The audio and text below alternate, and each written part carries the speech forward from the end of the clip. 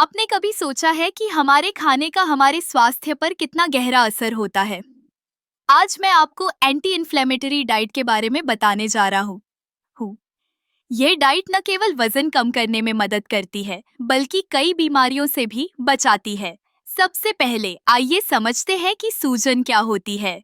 सूजन एक प्राकृतिक प्रक्रिया है, लेकिन जब यह लंबे समय तक रहती है, तो यह कई स्वास्थ्य समस्याओं का कारण बन सकती है, जैसे कि दिल की बीमारी, डायबिटीज और आर्थराइटिस। एंटी इन्फ्लेमेटरी डाइट का मुख्य उद्देश्य इस सूजन को कम करना है।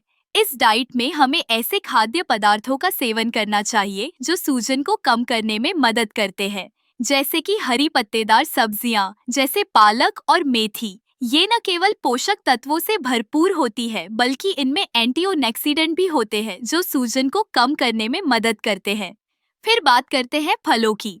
बेरीज जैसे स्ट्रॉबेरी और ब्लूबेरी सूजन को कम करने में बहुत प्रभावी होते हैं। इनमें फ्लेवोनॉइड्स होते हैं जो सूजन को नियंत्रित करने में मदद करते हैं। तो अगली बार जब आप स्नैकिंग करें तो इन फलों को जरूर शामिल करें। अब चलिए बात करते हैं नट्स और बीजों की। बादाम, अखरोट और चिया सीड्स जैसे नट्स में ओमेगा 3 फैटी एसिड होते हैं जो सूजन को कम करने में मदद करते हैं। इन्हें अपने नाश्ते में शामिल करना एक बेहतरीन विचार है। मछली भी इस डाइट का एक महत्वपूर्ण हिस्सा है, खासकर सैल्मन और मैकेरल जैसी फैटी मछलियाँ। ये ओमेगा 3 से भरपूर होती है और सूजन को कम करने में मदद करती है। अगर आप शाकाहारी हैं, तो आप फ्लैक्स सीड या चिया सीड्स का सेवन कर सकते हैं।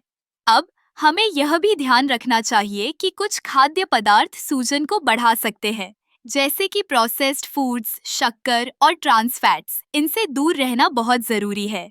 जब हम अपने खाने में ताजगी और प्राकृतिकता को शामिल करते हैं, तो हम अपने शरीर को स्वस्थ रखते हैं। पानी पीना भी बहुत महत्वपूर्ण है। यह हमारे शरीर से विषाक्त पदार्थों को बाहर निकालने में मदद करता है। कोशिश करें कि आप दिन में कम से कम 8-10 गिलास पानी पिएं। तो एंटी इन्फ्लेमेटरी डाइट अपनाना कोई कठिन काम नहीं है। यह एक स्वस्थ जीवन शैली का हिस्सा बन सकता है। छोटे छोटे बदलाव करके हम अपने स्वास्थ्य में बड़ा अंतर ला सकते हैं। याद रखें, आपका खाना ही आपकी दवा है।